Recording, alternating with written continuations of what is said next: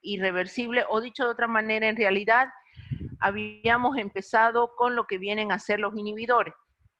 Habíamos dicho que las enzimas pueden presentar una alteración, ya sea en su estructura cuando la unión es de tipo covalente y se presenta una inhibición de tipo irreversible, o puede ser una unión no covalente y vamos a tener una inhibición de tipo reversible.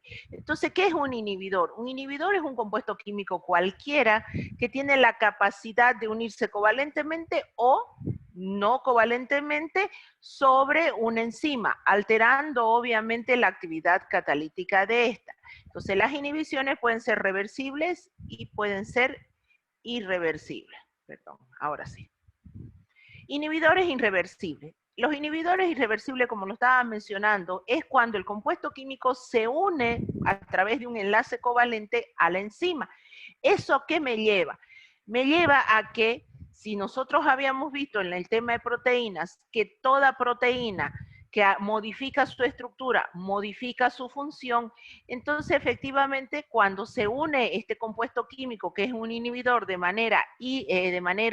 mediante un enlace covalente, le altera la estructura a la enzima. Al alterarle la estructura a la enzima, que es una proteína, se pierde su actividad catalítica. ¿Quiénes son estos inhibidores? Generalmente, un tipo de ejemplo son los venenos organofosforados, que se suelen utilizar como insecticida. Es el hecho a través del cual se postula mucho o hace mucho cuestionamiento, generalmente las personas veganas, dicen que no les gusta consumir aquellos vegetales que han tenido o que han venido de una producción donde se ha utilizado diferentes tipos de insecticidas. Prefieren ellos hacer su cultivo y generar y llevar o generar el producto, generar sus cultivos con un tipo de abono orgánico, proteger sin el uso de insecticidas, más cosas naturales. ¿El porqué de esto? Y en parte tienen razón.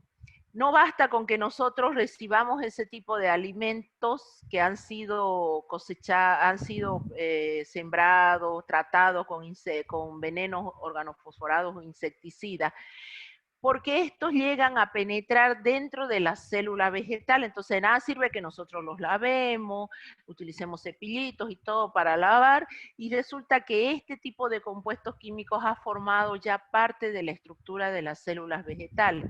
Entonces de ahí que comentan de que justamente una de las grandes hechos de que ahora que exista cáncer y todo lo demás se debe justamente a que consumimos muchos compuestos químicos que provocan alteraciones a nivel celular. Entonces, el vegano justamente dice no está de acuerdo y hace su propio cultivo. Es más, las lechugas también, han visto que hay lechugas orgánicas que ustedes consiguen, que las cuales no han sido tratadas con compuestos con insecticidas. La diferencia está en que usted puede comprar una lechuga de esas comunes que pueden haber sido tratadas con estos insecticidas y le cuesta un manojo grande 2 bolivianos. Va y busca estas otras lechugas que tienen un tratamiento orgánico y a usted le cuesta de 8 a 10 bolivianos. Entonces, bueno, ahí está, es el tipo de tratamiento que le han dado para la producción de ese tipo de alimentos. Muy bien. Entonces, ¿qué provocan? Por ejemplo, estos venenos organofosforados pueden atacar de manera irreversible, unirse a la acetilcolinesterasa, esta enzima que tiene un proceso importante en el sistema nervioso central. Entonces, me va a provocar a ese nivel un daño netamente irreversible. La molécula alterada por la unión del inhibidor no recupera más su actividad normal, es decir, la matamos la actividad de la enzima. Eso es lo que hacen los inhibidores de tipo irreversible. Veamos ahora los otros tipos de inhibidores. Inhibidores reversibles. Los inhibidores reversibles son aquellos que no se unen de manera covalente y pueden revertir la acción ocasionada por este inhibidor y pueden ser competitivo, no competitivo y anticompetitivo. ¿De qué va a depender? Va a depender si es competitivo de que el sustrato sea del que el inhibidor sea muy parecido al sustrato. Del no competitivo, el no competitivo va a ser aquel que se va a unir en otro sitio diferente al sitio activo.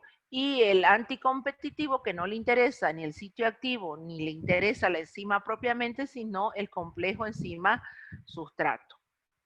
Entonces veamos a qué me refería con el inhibidor de tipo competitivo.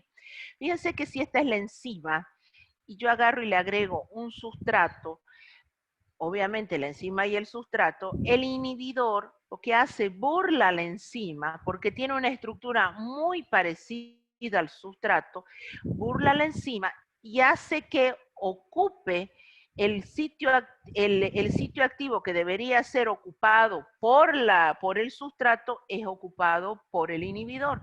Eso debido justamente a que el inhibidor tiene una característica química estructural muy parecida. ¿Puedo revertir este tipo de proceso? Claro que sí lo puedo revertir. ¿Cómo lo puedo revertir? Lo puedo revertir agregándole mayor cantidad de sustrato. ¿Por qué? Porque si yo tengo mucho sustrato comparado con una pequeña cantidad del inhibidor, ¿quién va a ganar el sitio activo? El sustrato. Pero cuando llega la hora de ver qué es lo que hace este tipo de inhibición, nosotros vemos lo siguiente. Sus estructuras, bueno, dice, son semejantes al sustrato que compiten por el mismo centro activo. ¿Qué es lo que provoca este tipo de inhibición? Miren ustedes que nosotros vamos a tocar el proceso de las inhibiciones y todo lo que estamos viendo, estamos tocándolo por encima. La enzimología es una ciencia bastante grande y el punto de inhibición toca bastante concepto físico-químico, de los cuales les costaría bastante entender. Por eso vamos a ver lo más sobresaliente, lo más característico, como para que ustedes por lo menos puedan identificar. Miren ustedes, esta es una gráfica en la cual suele aparecer la reacción con inhibidor y sin inhibidor. Aquí está con el inhibidor y sin el inhibidor. ¿Qué es lo que ocurre? La velocidad máxima con este tipo de inhibición no se altera. Sin embargo, la constante de Michaelis o de Mitchell sí se altera. Para obtener la mitad de la velocidad máxima, yo voy a necesitar mayor cantidad de sustrato. Eso me va a llevar a que yo voy a tener que, fíjense ustedes aquí, que me va a variar la concentración de sustrato para alcanzar la mitad de la velocidad máxima, va a ser mayor. Por eso se dice que estos tipos de inhibidores no alteran la velocidad máxima, fíjense que con inhibidor y sin inhibidor es lo mismo, pero sí se altera la constante de Michaelis. Entonces, eso es lo que caracteriza este tipo de inhibidores competitivos. Muy diferente es los inhibidores no competitivos. El inhibidor no competitivo, a este tipo de inhibidor no le interesa el sitio activo. Este inhibidor se une a otro sitio diferente del sitio activo. Si el sitio activo es este, donde entra el sustrato, el inhibidor va a entrar a otro lugar. Eso va, ¿qué ocasiona? Entonces, usted podría decir, bueno, pero si no logra entrar al sitio activo, entonces no hay problema. Sí hay inconveniente ahora en la velocidad máxima, porque yo voy a tener una enzima que sobre sí va a tener un objeto diferente. Es más o menos, hagan de cuenta como que dos personas tienen que ir de un lugar A un lugar B. Y en el lugar B es la meta, el lugar A es el lugar de origen. Si usted tiene una persona que no lleva ningún bulto en la espalda, ninguna mochila, etcétera, y resulta que la otra sí lleva una mochila cargada de libros. Entre los dos, ¿cuál de los dos va a tener mayor velocidad? El que no tiene nada que le estorbe. Lo mismo sucede con las enzimas. Una enzima puede alcanzar una velocidad máxima mucho mayor si no tiene el inhibidor, a diferencia, fíjense que cuando está con el inhibidor la velocidad máxima es menor. Por eso se dice que este tipo de inhibidores disminuyen la velocidad máxima, pero no modifican la constante de Michaelis. ¿Por qué? Porque no se va a revertir si yo le agrego el aumento sustrato. En este caso no depende de la concentración de sustrato. Lo que va a depender es tratar de disminuirle o quitarle el inhibidor. Ese es el no competitivo. Anticompetitivo, este tipo de inhibidor no le interesa ni la enzima, ni el sitio activo, sino lo que le interesa es el complejo enzima-sustrato. No se olviden que la catálisis enzimática responde a sustrato, enzima. El sustrato y la enzima se juntan y forman un complejo enzima-sustrato. Este después se abre, por un lado libera la enzima y se forma el producto. Ahora, ¿qué hace el inhibidor? Cuando está el complejo enzima-sustrato, viene el inhibidor y se pega en los dos. Entonces, lo que va a provocar este tipo de inhibidor anticompetitivo que ataca al complejo enzima-sustrato no solamente me va a reducir la velocidad máxima, sino también me va a atacar a la constante de Michaeli, me la va a disminuir. Entonces yo tengo que, voy a analizar los diferentes tipos de inhibidores reversibles. El competitivo me afecta, si ustedes aquí el competitivo me afecta la constante de Michaeli y no me afecta la velocidad máxima. El inhibidor no competitivo me afecta la velocidad máxima, pero no me afecta la constante de Michaeli. Y cuando me voy al inhibidor anticompetitivo, me afecta la constante de Michaeli y la velocidad máxima porque se une al complejo enzima sustrato. Eso de alguna manera se va a ver reflejado obviamente en la actividad catalítica, y la actividad catalítica se mide de acuerdo a la cantidad de producto formado o a la cantidad de sustrato perdido. Muy bien, fíjense la actividad de los inhibidores o su aplicación. Nosotros pensaríamos entonces que los inhibidores generalmente son dañinos, causan malestar, etcétera, en las actividades de las enzimas. Sin embargo, la industria farmacológica ha hecho uso de los diferentes tipos de inhibición que se pueden dar para actuar sobre ciertas alteraciones fisiológicas. Por ejemplo, cuando nuestro cuerpo sintetiza colesterol en demasiada cantidad de la necesaria, es un desorden genético. Obviamente que es un desorden genético. Todos sintetizamos colesterol, partamos de eso. En este momento cada uno de nosotros está sintetizando colesterol que lo va a necesitar. ¿Para qué lo va a necesitar? Para poder sintetizar vitamina D, para poder sintetizar compuestos biliares, para poder sintetizar las hormonas de características sexuales masculinas y femeninas. Entonces mi cuerpo sintetiza colesterol, pero si yo tengo un desorden genético en la que se me sintetiza una gran cantidad de colesterol, yo voy a desarrollar una hipercolesterolemia. Este aumento de colesterol en el torrente sanguíneo se traduce en enfermedades cardiovasculares que no son aconsejables para nadie. Entonces, ¿qué hizo la industria farmacéutica? La industria farmacéutica consiguió una droga que se llama la lovastatina. Esta lovastatina actúa sobre una enzima reguladora o específica de la síntesis del colesterol, la 3-hidroximetilglutaril coenzima A reductasa. Entonces, yo voy a tener que esta droga va a actuar inhibiendo, de manera de qué tipo va a ser la inhibición, de tipo competitiva. ¿Por qué? Porque esta estructura es muy parecida a la del sustrato de esta enzima. Entonces la droga burla a la enzima, entra a cubrir el lugar del sustrato y en vez de sintetizarse colesterol, se va a sintetizar otro compuesto que fácilmente mi cuerpo lo va a rechazar. Y la vía se para. Me está diciendo que ya no va a sintetizar colesterol, que por lo menos voy a tratar de mantener los valores de colesterol dentro del rango de lo aceptable. Entonces, ustedes cuando llegan a la parte farmacológica, y tienen que estudiar los mecanismos de acción, que lo ideal es que ustedes se aprendan los mecanismos de acción de los diferentes fármacos. Lamentablemente, yo siempre digo esto, la carrera de medicina es amplia. Así como los de farmacología tienen que estudiar los mecanismos, los que estudian farmacia tienen que estudiar los mecanismos de acción de los diferentes fármacos, no solamente ellos, ustedes que los recetarán el día de mañana tendrán que saber también el mecanismo de acción. Y eso se va a basar y así van a entender qué es lo que hace el fármaco y si puede tener interacción con alguna otra droga que esté tomando. Muchas veces el paciente dice, yo estoy tomando un hipertensivo y puedo tomar este medicamento que usted me está dando, no me va a pasar nada. Entonces, ¿eso cómo lo vas a ver? No lo vas a ver a las adivinanzas. Para eso lleva un año, una asignatura que se llama farmacología. Y sumado a eso, todavía lo va llevando en fisiopatología, cuando le van dando los diferentes medicamentos, en parasitología les van mencionando los diferentes medicamentos que atacan a diferentes parásitos, y bueno, pues, y ahí es donde la importancia radica en que usted no se aprenda las cosas de memoria, sino las razones, las interrelaciones entre sí. Y bueno, y ahí entra la parte bioquímica, para que no diga, ¿qué es un inhibidor y qué es lo que hace? Ah, no, no lo entiendo. Bueno, aquí está los tipos de inhibidores de la manera más sencilla.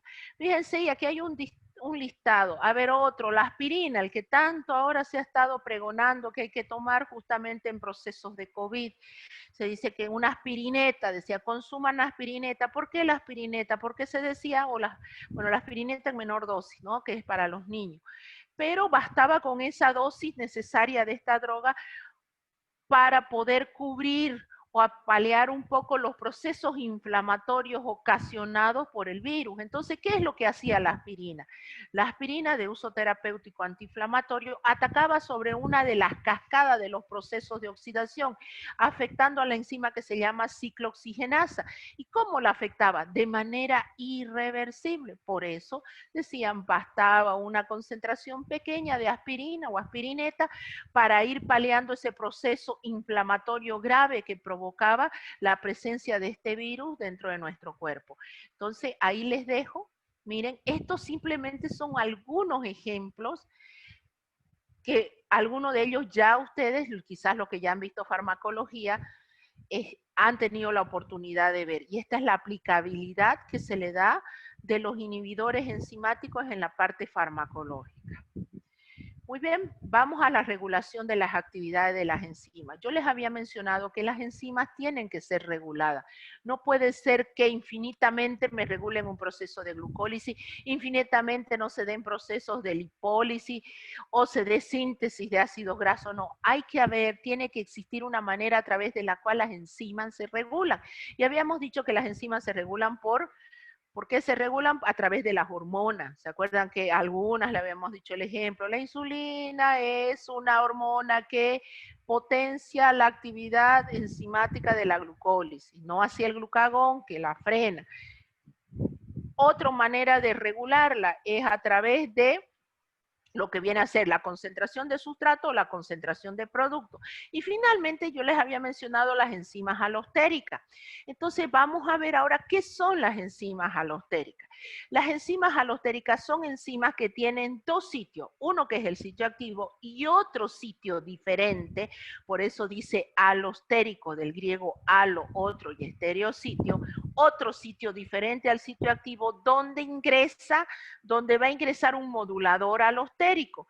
Este modulador alostérico puede ser positivo o negativo. Positivo si es un activador y negativo si es un inhibidor. Entonces, mi cuerpo, de acuerdo a las necesidades que tenga de síntesis, de degradación, actuará sobre esa enzima reguladora o enzima alostérica y entrará un modulador positivo si yo quiero que se potencie la vía de la glucólisis, que se potencie el ciclo de Krebs. Bueno, pues entrarán moduladores en las enzimas alostéricas, entrarán moduladores positivos o activadores. Ah, no, yo ya tengo suficiente energía ATP, necesito más bien, en vez de tener vías catabólicas, necesito ahora vías anabólicas. Utilizar ese ATP para sintetizar otro compuesto. ¿A quién se va a potenciar ahora? El inhibidor que entrará ya será, me parará la vía de la glucólisis, será un inhibidor, el modulador, y ya me potenciará la vía de otro tipo de vía como síntesis del glucógeno. Entonces, esa es una manera a través de la cual se regulan las vías. Entonces, una enzima alostérica es una enzima que posee dos sitios, un sitio activo y otro sitio donde entra un modulador alostérico. Muy bien, ahí está esquemáticamente lo que les estaba expresando en palabras. Sitio activo y otro sitio donde ingresa. Eso es una enzima alostérica. ¿Ve? Entra el sustrato y en el otro lado entra el modulador. Estos son diferentes esquemas a través de las cuales puedo ver la actividad de las enzimas alostéricas y que las iremos mencionando cuando entremos a la bioquímica dinámica. Papel clínico de las enzimas. Hasta aquí hemos visto que las enzimas se las puede utilizar en la parte farmacológica. Es más, si tuviéramos que hablar de la aplicación de las enzimas, hablaríamos en la parte industrial, no solamente en la parte farmacológica, en la parte bromatológica, en la parte de bacterio, cuando le hablaban de las catalasas positivas, catalasas negativas, aquellas bacterias que tienen esa característica, estamos hablando de enzimas. Entonces, muy bien, pero nosotros vamos a ver el papel clínico de las enzimas. Las enzimas normalmente habíamos visto que se encuentran o se distribuyen al azar en diferentes, no, perdón, no se distribuyen al azar, sino se encuentran en diferentes lugares para cumplir una actividad específica y catalítica. Si hablamos de enzimas en la mitocondria, cumplen funciones importantes como puede ser ciclo de Krebs, fosforilación oxidativa, cadena respiratoria, etc. Muy bien, estas enzimas que se encuentran en aquellos lugares en ciertas concentraciones que vienen expresadas en unidades internacionales, que ya lo habíamos visto, pueden pasar en grandes cantidades al torrente sanguíneo o salir de su lugar donde se encuentran debido a algún proceso que me lleva a alteración. Entonces, si normalmente, por ejemplo, yo tengo transaminasas en mi torrente sanguíneo de 0 a 40 unidades internacionales, y de un rato a otro aparece 400 unidades internacionales, ¿qué es lo que puede haber pasado? Entonces se mencionan que la actividad enzimática en el plasma y otros líquidos biológicos se produce por el aumento en realidad de la actividad. Elevación, puede deberse a una necrosis. ¿Qué me está diciendo? Que hubo una destrucción de esa célula que albergaba, donde estaba albergando ese tipo de enzima. Obviamente, si se destruye mi célula, se vaciará mayor cantidad de esta enzima o pasarán al torrente sanguíneo y bueno, yo lo voy a poder, bioquímico cuantificará, me dará un resultado y me establecerá, por ejemplo, una lactato, una fosfatasa alcalina alta. Una destrucción y puede ser un inicio de un CA a nivel de huesos. Los osteoblastos, algo ocurrió y empieza a salir esta enzima en grandes cantidades al torrente sanguíneo. Empieza con un proceso de SA a nivel de hueso. Aumenta la permeabilidad. Ya, perfecto, me agarré un proceso de hepatitis, mis células hepáticas aumentaron la permeabilidad y empezaron a salir las transaminasas que son intracelulares, a aumentarse en el torrente sanguíneo. Entonces yo voy a tener valores de 200, de 300, dependiendo la gravedad o el aumento de la permeabilidad de estos hepatocitos. Una sobreproducción. ¿Qué es lo que pasó? Algo ha llevado a que el metabolismo de la célula me lleve a exacerbar la producción de lo que pueden hacer este tipo de enzimas. Generalmente se dice que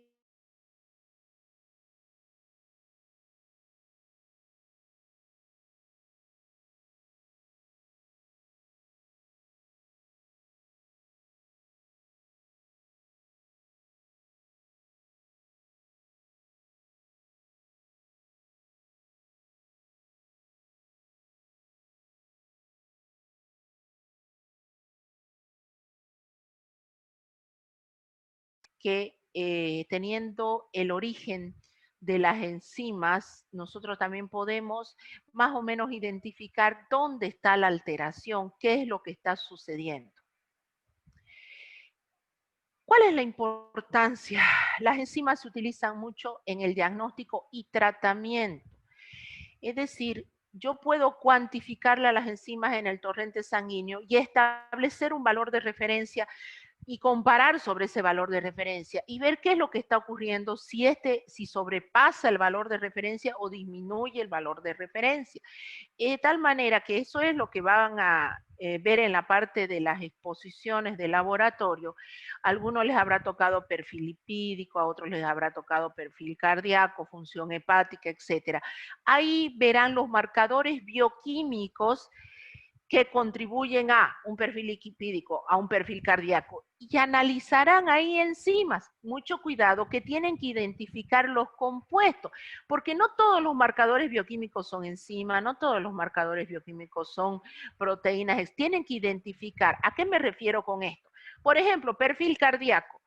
¿Todos los marcadores bioquímicos son enzimas en el perfil cardíaco? No. Ah, no, pero ustedes dicen, sí, todas son enzimas, creatinquinasa, lactato deshidrogenasa, la GOT, que es una que se ocupa también como marcador del perfil cardíaco, pero resulta que algunos hablan, y que con justa razón, de la troponina. Y la troponina no es una enzima, es una proteína. Ah, pero usted me dice, pero es que todas las enzimas son proteínas, pero no todas las proteínas son enzimas. Entonces hay que identificar que no todos los marcadores bioquímicos, ustedes cuando estén exponiendo digan muy bien, la creatinquinasa es una enzima. MB, si es la creatinquinasa MB con su isoenzima. Ah, pero si usted dice la troponina es una proteína que tiene fracciones T, la total, la indirecta. Ah, bueno, ahí están hablando con propiedad. Entonces, vamos a ver que las enzimas de interés clínico son varias. Aquí les menciono algunas. Habíamos dicho la fosfatasa ácida prostática se utiliza mucho para el cáncer de próstata. La fosfatasa alcalina para problemas óseos y enfermedades hepáticas. La amilasa, se habla de enfermedades pancreáticas, se hablan de paperas también.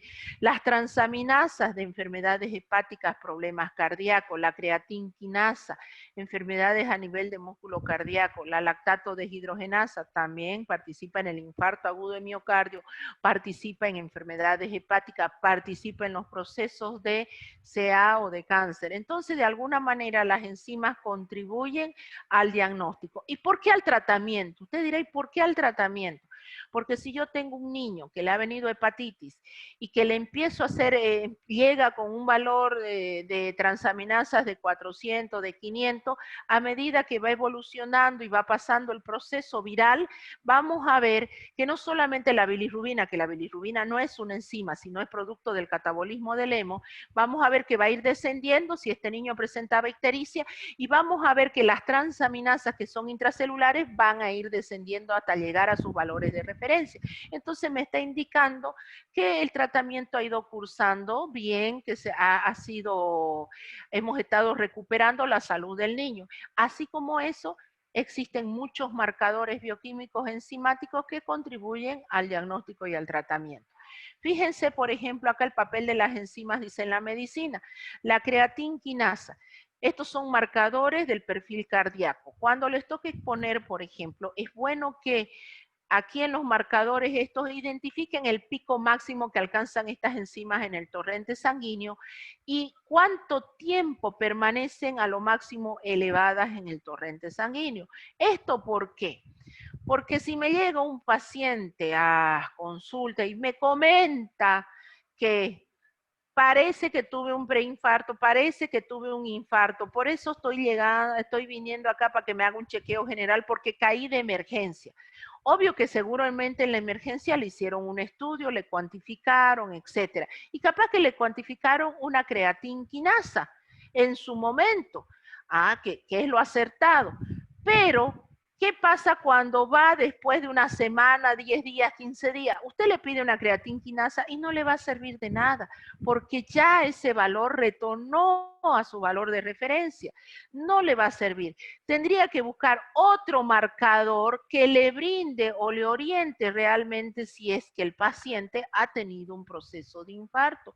Y usted dice, pero ¿y los laboratorios que se hizo? No se olviden que generalmente estos se quedan en la historia clínica del hospital, etcétera. No es que usted anda a paseo con su historia clínica, se llega a quedar en los centros hospitalarios. Entonces, lamentablemente va a tener que pedirle más sus características clínicas, etcétera, verá si realmente el paciente es de riesgo para sufrir nuevamente un proceso, si tuvo o no tuvo un infarto, un preinfarto, etcétera.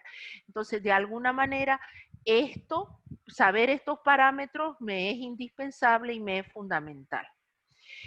Muy bien, yo les había dicho, por ejemplo, la creatinquinasa hay la CPK-MB. ¿Qué significa la CPK-MB? Son tipos de isoenzimas. ¿Qué son las isoenzimas? Son enzimas que tienen distinta estructura molecular, aunque su función biológica es similar. Estas isoenzimas las podemos encontrar en diferentes órganos o tejidos.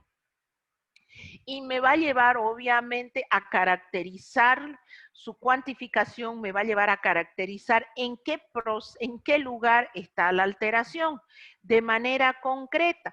Tenemos isoenzimas como la lactato deshidrogenasa que tiene 5 isoenzimas, tenemos la creatinquinasa, y bueno, aquí está la de la lactato deshidrogenasa. Fíjense que hay 5 isoenzimas. Lamentablemente, y viene lo lamentable, que no siempre todos los laboratorios cuantifican las isoenzimas. Y usted dirá, ¿y por qué? Uno, porque la demanda es pobre, es decir, no todos piden las isoenzimas. Dos, el reactivo es caro. Pero yo puedo pedir una lactato deshidrogenasa general que me cuantifica las 5 isoenzimas y por ende hacer el descarte y decir, muy bien, entonces yo tendré alteraciones, por ejemplo, la lactato deshidrogenasa isoenzima 1 y la 12 actúan a nivel del corazón, son la de mayor cantidad. Entonces, si yo tengo una lactato deshidrogenasa y la utilizo como un marcador cardíaco, y yo sé que el hígado, riñones, pulmones de ese paciente está funcionando bien, y usted sospecha que el problema es cardíaco y ve que la lactato deshidrogenasa está elevada, entonces por descarte, como le está dando la total, no es, la afectación no viene por estos órganos, sino viene a nivel del corazón. Es por eso también que cuando pedimos la creatinquinasa, hay muchos laboratorios que no tienen las isoenzimas. La MB, por ejemplo, manejan la creatinquinasa nomás o la CPK. ¿Le sirve? Claro que le sirve. Porque si usted está sospechando que hay un problema a nivel de músculo cardíaco, que no hay problema a nivel de cerebro ni músculo esquelético, el hecho de que la total esté elevada le está diciendo que el problema está a nivel cardíaco.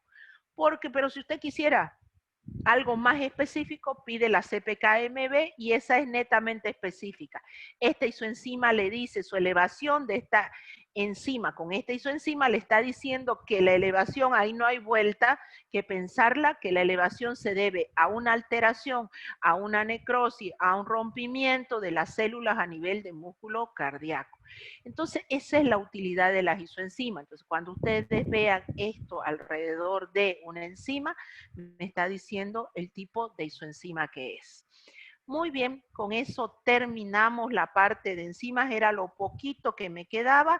Entonces voy a lo que viene a ser...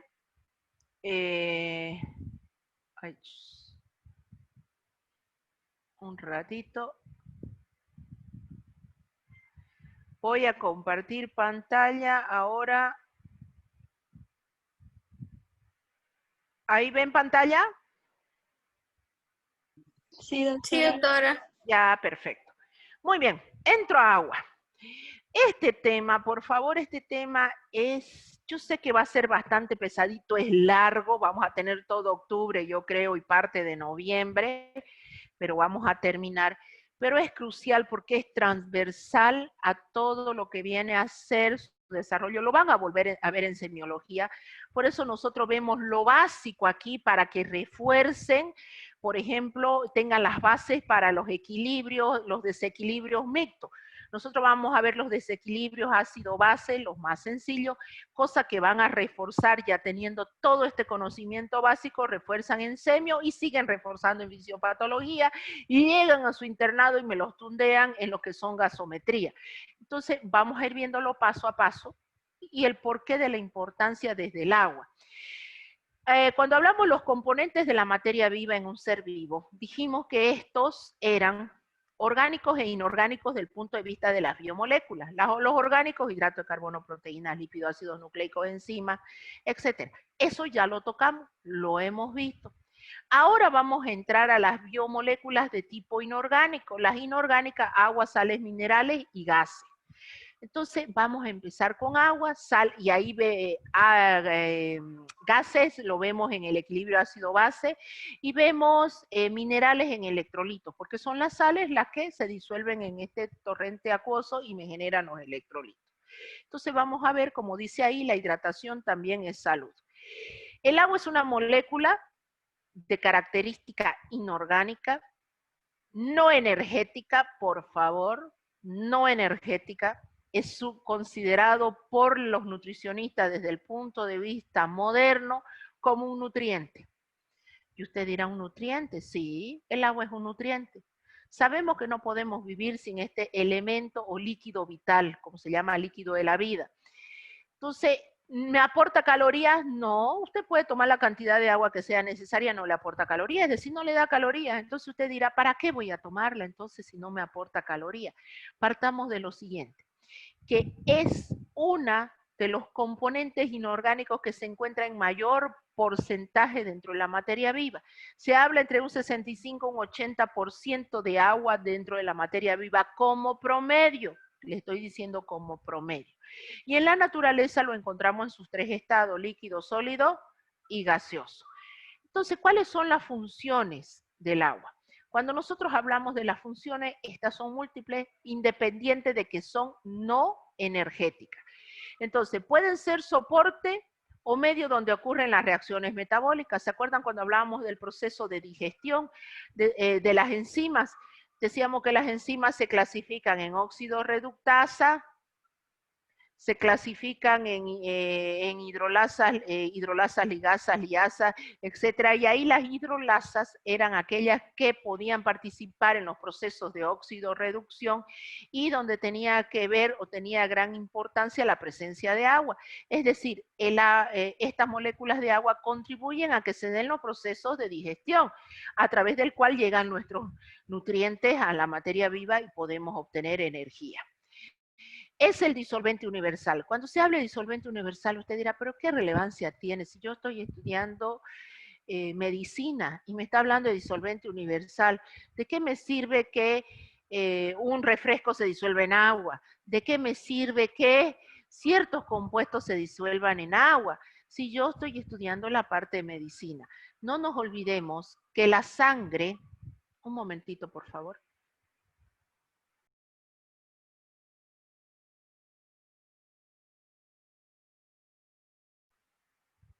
No nos olvidemos que la sangre contiene dentro de sus componentes el plasma, y el plasma es 99% de agua. Entonces, y en ese medio, nosotros vamos a ver que la sangre no solamente lleva nutrientes. ¿Y qué son los nutrientes? Los compuestos químicos.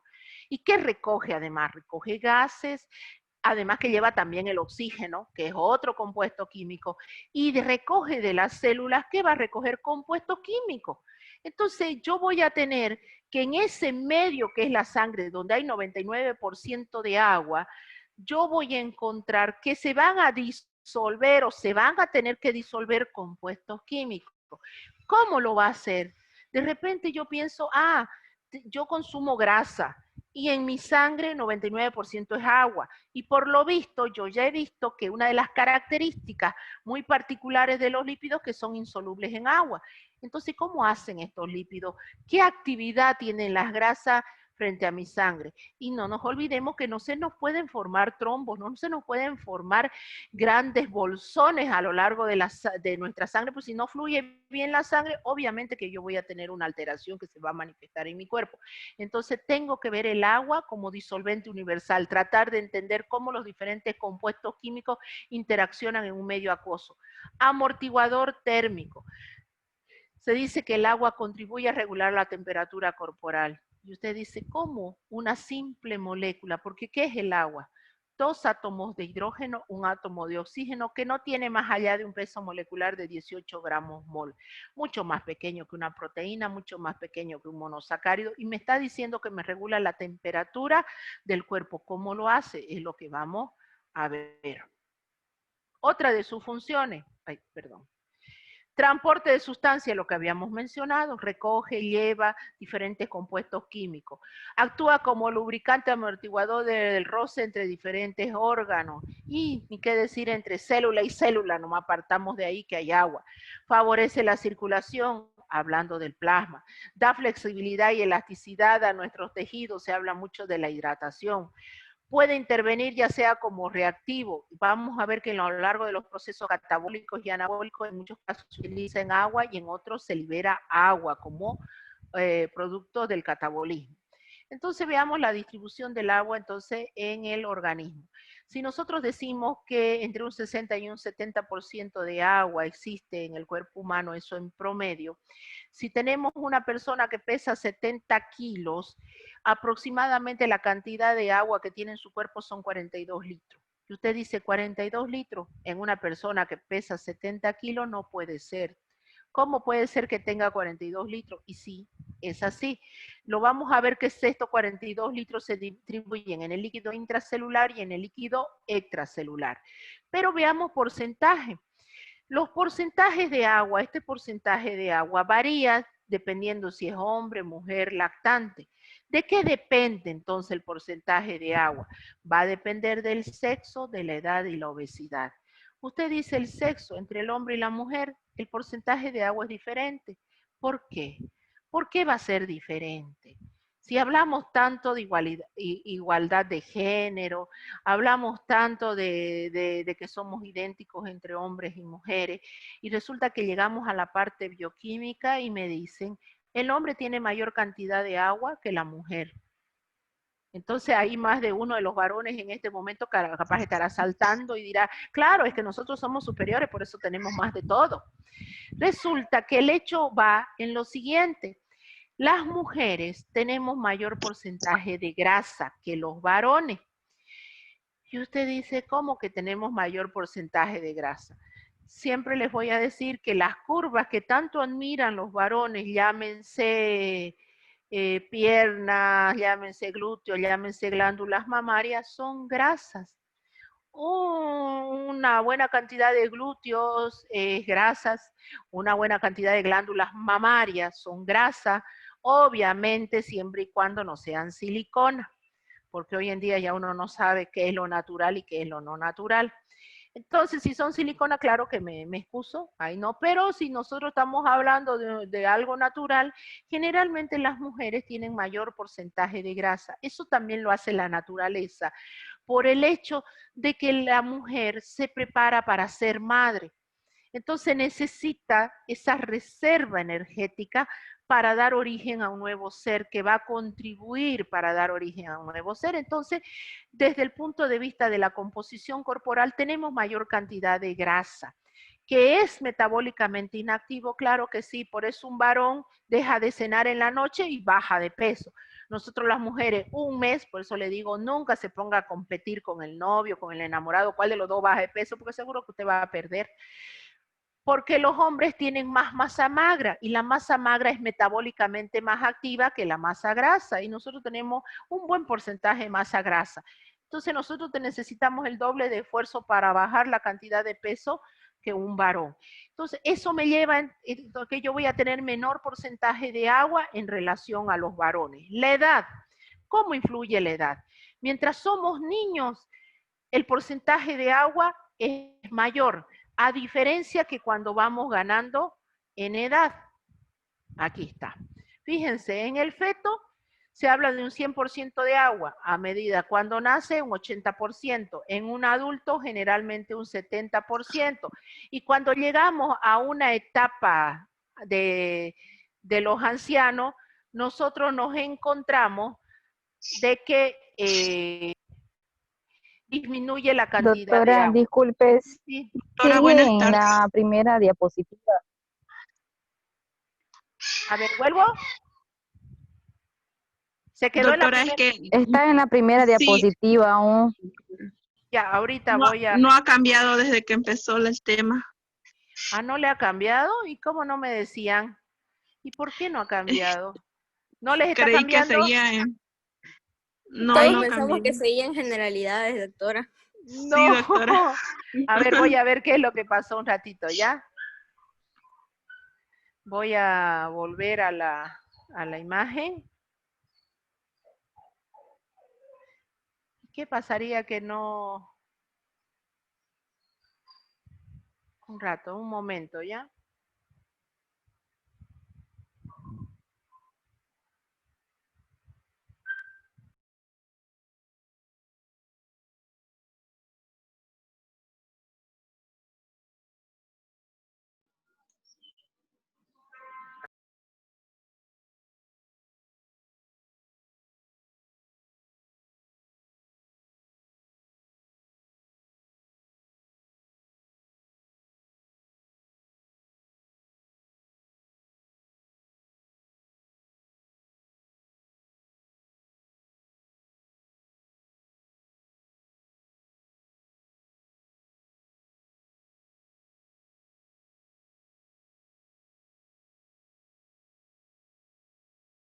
Doctora está con el micrófono silenciado por si acaso.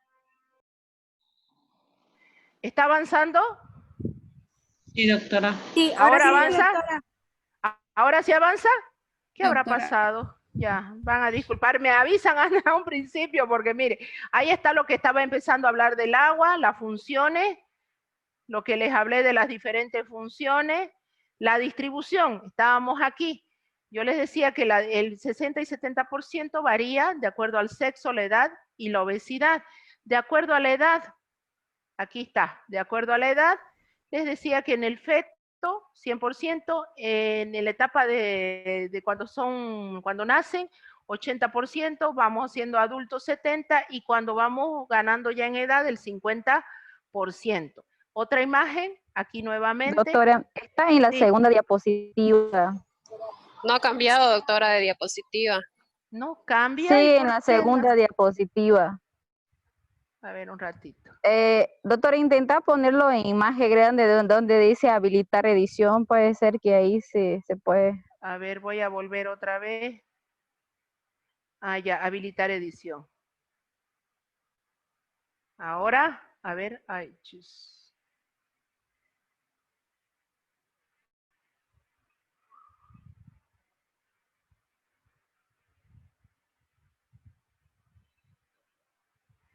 ¿Está avanzando ahí? Sí, se ve la tercera diapositiva. A ver, esperen un ratito. Vamos a poner presentación, no sé qué está. ¿Ahí avanza? ¿Avanza? Sí, doctora, ahora sí ya está avanzando. Ah, ya, perfecto. Bueno, ay, caramba. No sé qué me pasó ahora con esto. Listo, ahí. Está avanzando, ¿no?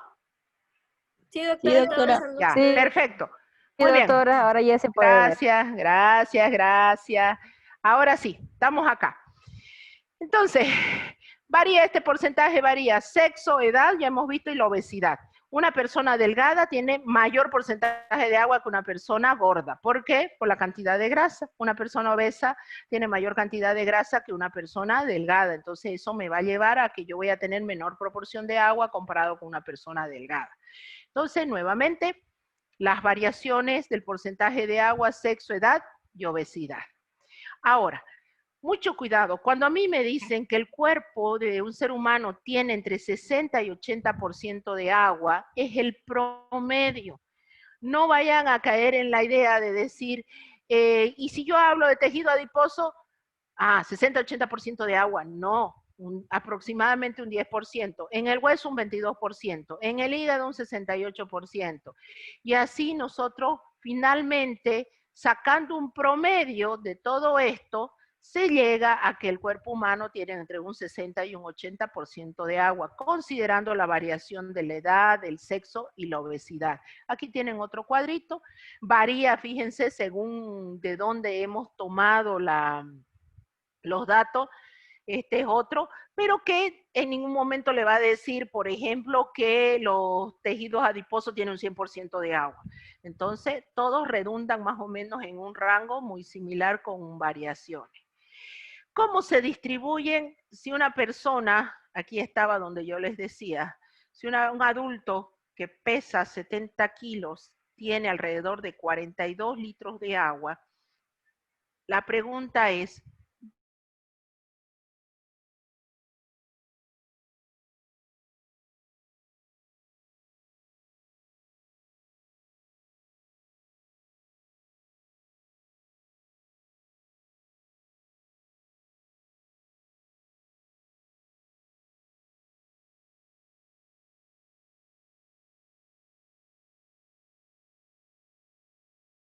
$28 litros. Y usted dice, ¿cómo puede ser que exista 28 litros dentro de la célula? Pero es dentro de todas las células, todas mis células. No nos olvidemos que somos pluricelulares. Si yo sumo el total de agua que está en todas mis células, de esos 42 litros, 28 litros está dentro de mis células. Tanto así, claro, mis células necesitan agua, sí o sí necesitan de agua. Si son células adiposas, habrá una cantidad de agua, sí, bajita, pequeña, un 10, un 20% máximo, pero va a existir. Muy bien, Esta está lo mismo que le subí. Entonces, la parte extracelular. En la extracelular, en el intravascular o lo que circula por los grandes vasos y pequeños vasos, más propiamente la sangre, hablamos de que existe alrededor de 3 litros. El intersticial entre célula y célula, entre el espacio que existe entre célula y célula, hay una cantidad de agua que va de 11 litros. Y el transcelular, que es el que ocupa ciertas cavidades, llámese líquido peritoneal, líquido pleural, líquido cefalorraquídeo, etcétera, tenemos alrededor de 1 litro. Entonces, finalmente, yo tendré que esos 42 litros de agua en una persona de 70 kilogramos de peso. Habrá que analizar ahí si la edad, el sexo, la obesidad, etcétera. Pero una persona normalmente, un hombre adulto de 70 kilos, etcétera, está alrededor de 42 litros. Y si ustedes dicen, ¿y cómo hicieron para medir esa cantidad de agua? Se marca isotópicamente y se mide y se cuantifica. Eso es todo un estudio de investigación, pero bueno. Entonces, en el extracelular nosotros tenemos plasma, hemos dicho 3 litros, intersticio 11 litros, transcelular 1 a 2 litros y el intracelular 28. Esto aproximadamente me da los 42 litros de agua en una persona de 70 kilogramos de peso.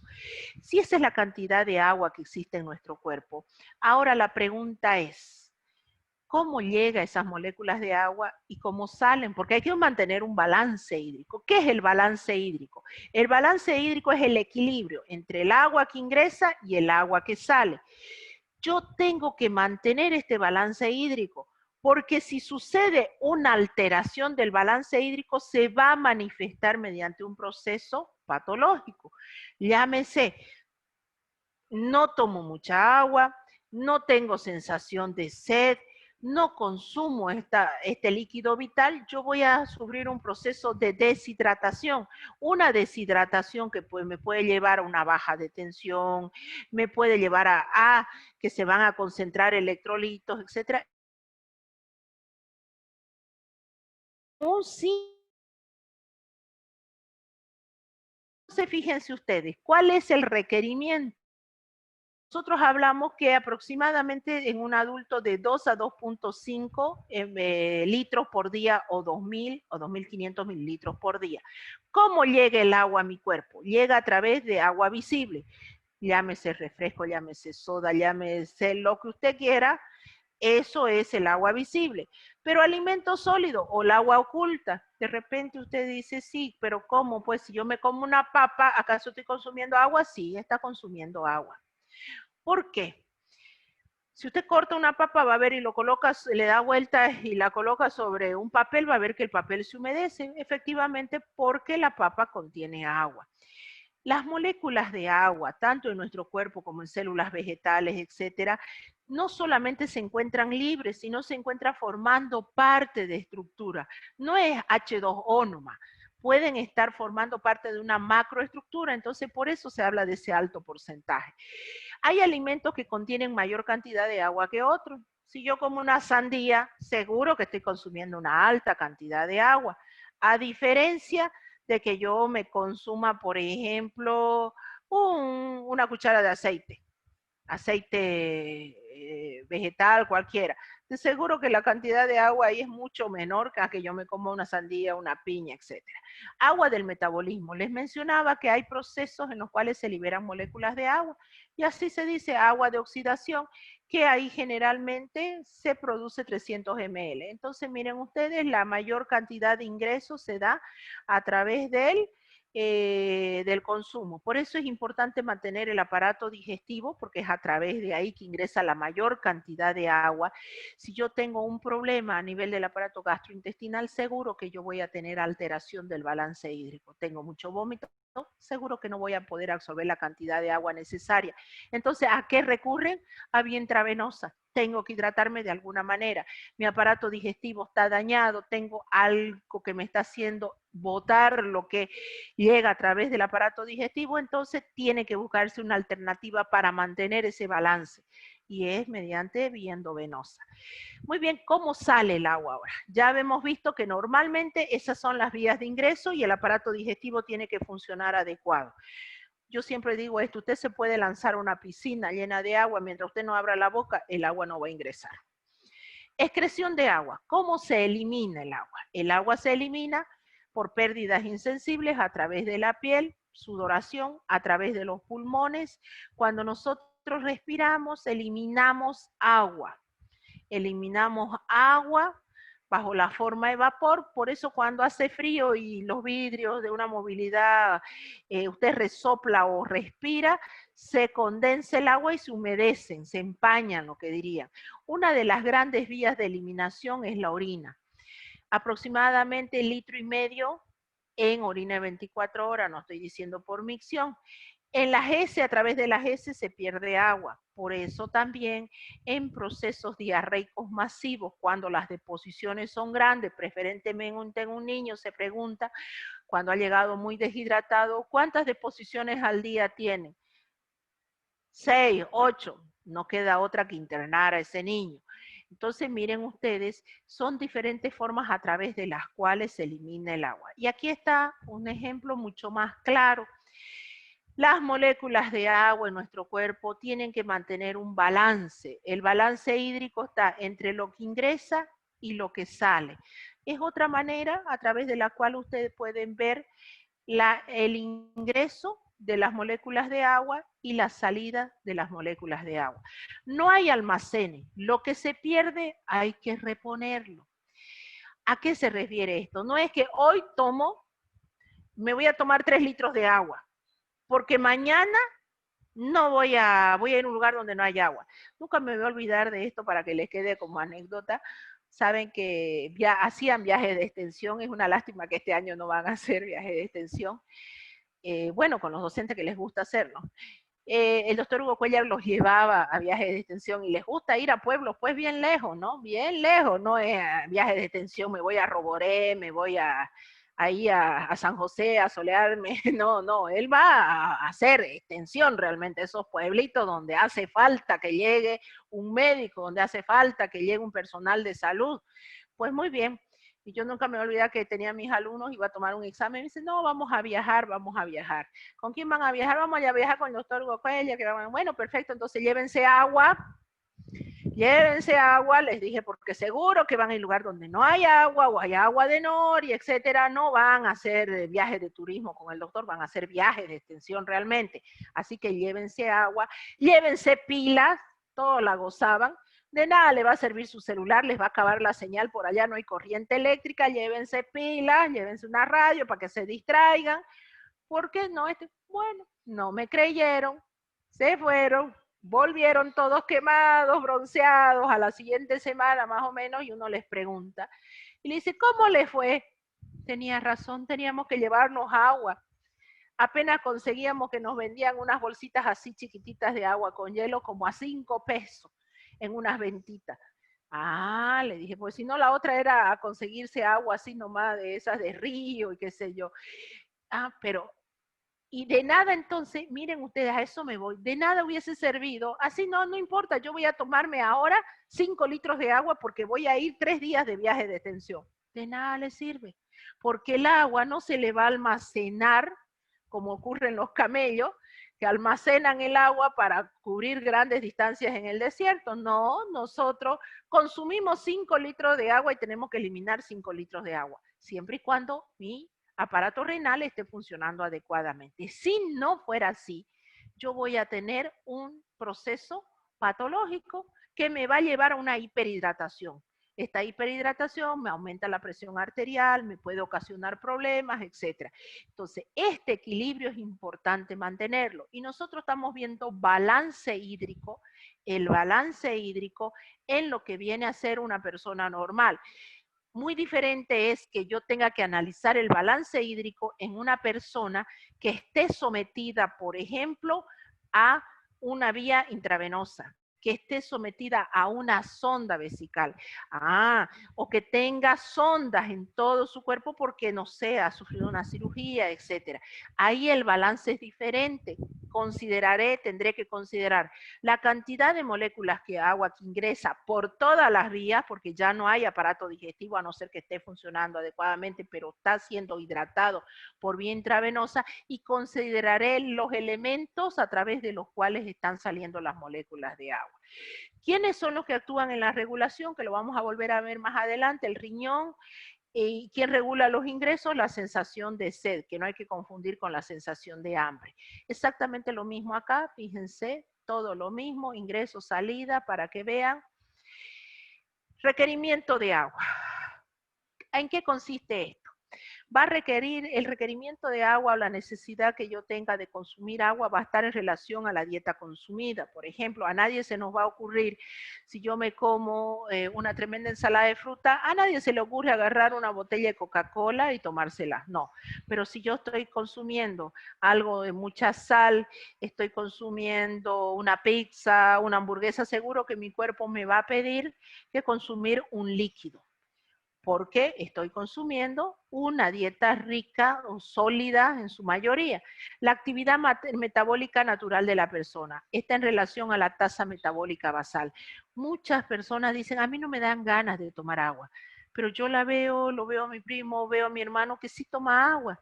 Mucho depende de la actividad, lo que se llama la tasa metabólica basal. Y la tasa metabólica basal es el gasto energético asociado a nuestras funciones vitales y es inherente a cada persona y también depende de la edad, depende del sexo, etc. Es de ahí que nuestro requerimiento de agua va a depender de eso. Variaciones ambientales. Cuando hace frío a nadie se le ocurre estar tomando agua fría o ir a recurrir, como en este caso que ahorita estamos creo a 36 grados centígrados, 37 grados centígrados, que a quien no le apetece tomar un vasito con agua fría, con agua helada, etc. Según la edad, entonces el requerimiento de agua varía.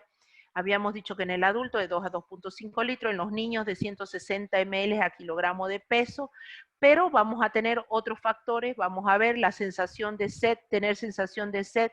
Por favor, no sé, es algo muy común en nosotros confundir el hambre, confundir la sed con el hambre. A veces mi cuerpo me pide agua. Generalmente las personas que somos obesas, tenemos la tendencia esa, nosotros confundimos. Y no a nadie se nos ocurre agarrar y decir, ah, no, lo que tengo es sed. No, lo que tengo es hambre, dice, va y come.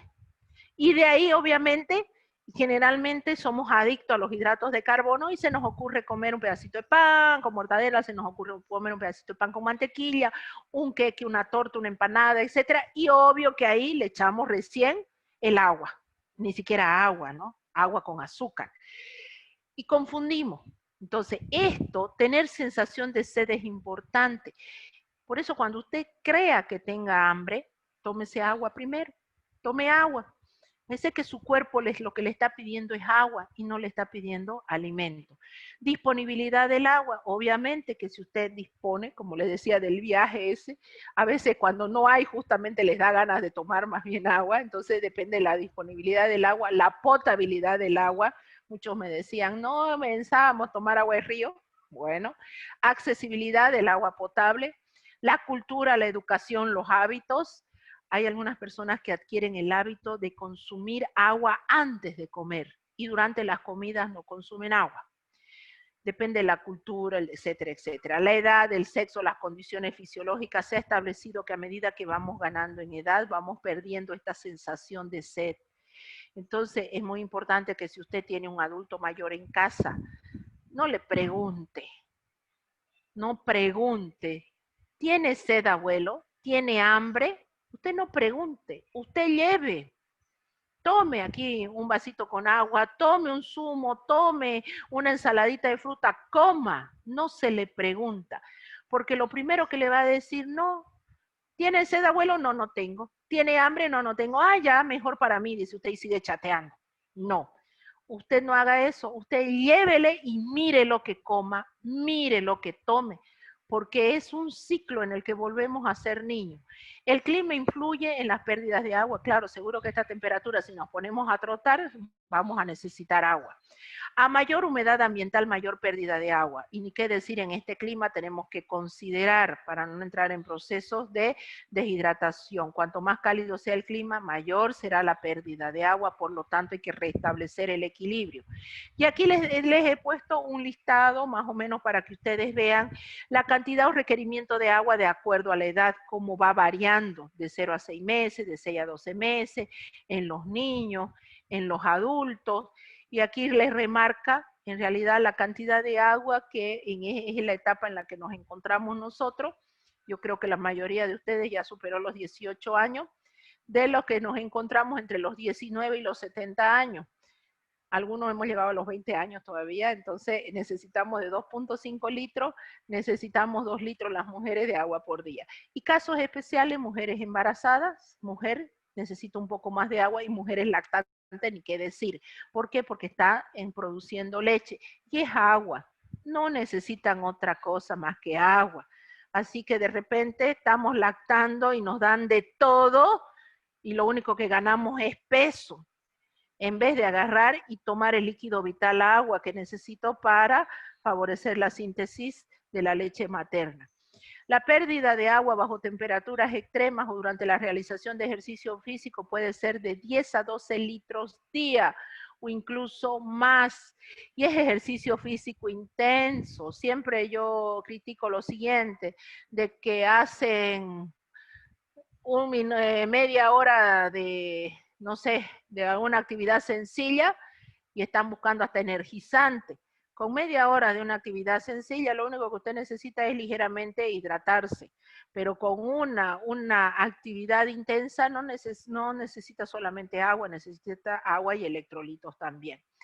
En altas pérdidas se debe compensar adecuadamente para evitar alteraciones graves, no solamente el balance de agua, sino sales minerales. Eso era lo que les decía, los electrolitos. ¿Cuánta agua puede perder el cuerpo en un día? Si aceptamos que un nivel de deshidratación puede ser tolerable de un 1%, pérdidas mayores, esta pérdida se puede dar entre 2 a 3 horas, pérdidas mayores comprometen el estado de salud de una persona. Una buena hidratación es salud. Siempre que bebamos cantidades adecuadas a la hora de las comidas y entre horas, podemos mantener perfectamente hidratados durante el día. El agua es el elemento más abundante del planeta y de nuestro cuerpo, por lo que se considera un elemento imprescindible en nuestra dieta.